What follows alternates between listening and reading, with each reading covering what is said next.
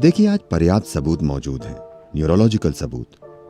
ये प्रश्न काफी समय से पूछा जाता रहा है, क्या हम दिमाग को बड़ा कर सकते हैं ताकि हम बेहतर काम कर सकें, हम ज्यादा समझदार हो सकें, हम बहुत कुछ कर सकें। तो न्यूरोलॉजी से जुड़े कुछ वैज्ञानिकों ने इसे हमें समझाया है।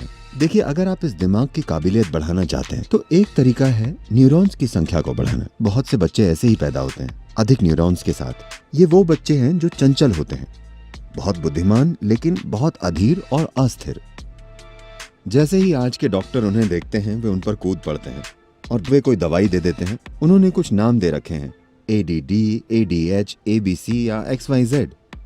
इस तरह सभी 26 अक्षरों का इस्तेमाल हो चुका है। पर अगर कोई बच्चा ऐसा है तो ये असामान्य नहीं है, ये सामान्य है। बहुत से बच्चे ऐसे पैदा होते हैं, उनके दिमाग में ज्यादा न्यूरॉन होते हैं। अगर आप बच्चे को बहुत सी शारीरिक गतिविधियों में लगा दें, नींद और शारीरिक गतिविधि, अच्छी शारीरिक गतिविधि, तो आप देखेंगे कि 6 या 8 साल की उम्र तक वो खुद को सुधार लेगा। शरीर खुद ये पक्का करता है कि ज्यादा न्यूरॉन मर जाएं और खुद को ठीक कर लेता है। लेकिन अगर उससे पहले आप उसे शांत करने वाली दवाई देने लगेंगे तो हो सकता है जीवन भर वो उस दवाई पर निर्भर हो जाए। ये एक बात है। आपकी दिमागी काबिलियत को बढ़ाने का दूसरा तरीका न्यूरॉन के आकार को बड़ा करना है। अगर आप न्यूरॉन के साइज को बढ़ा दें तो दिमाग की काबिलियत बहुत बढ़ सकती है। लेकिन फिलहाल यहां आराम से बैठे हुए आपकी ऊर्जा के 20% से बड़े हिस्से का उपयोग आपका दिमाग कर रहा है। आपका दिमाग बस इतना सा है, मुश्किल से 2 पाउंड। इतना बड़ा शरीर बस 80% उपयोग करता है, 20% का उपयोग यहां होता है।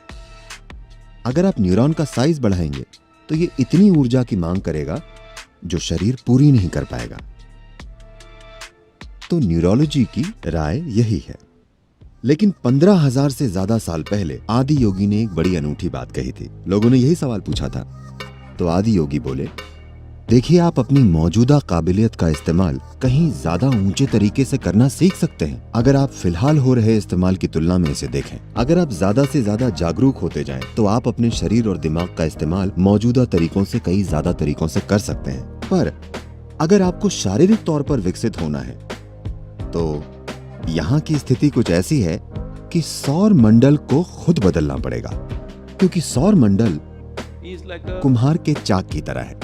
उसने इसे बुना है और ये शिखर तक पहुंच चुका है। शिखर तक पहुंचने की बात हम ऐसे जानते हैं कि अगर आप सौर मंडल की ज्यामिति के बारे में जानते हो तो आपको पता है कि धरती और चांद की दूरी चांद के व्यास का 108 गुना है। सूरज का व्यास वो सब आप जानते हैं। तो अगर आप इंसानी सिस्टम को देखें तो इसमें 114 मिलन बिंदु या चक्र हैं। सबसे पहले 2 भौतिक शरीर के बाहर हैं। तो हम आमतौर पर उनकी बात नहीं करते जब तक कि कोई मिस्टिकल मकसद ना हो। तो 112, इन 112 में से 4 चक्रों के बारे में आप कुछ नहीं कर सकते।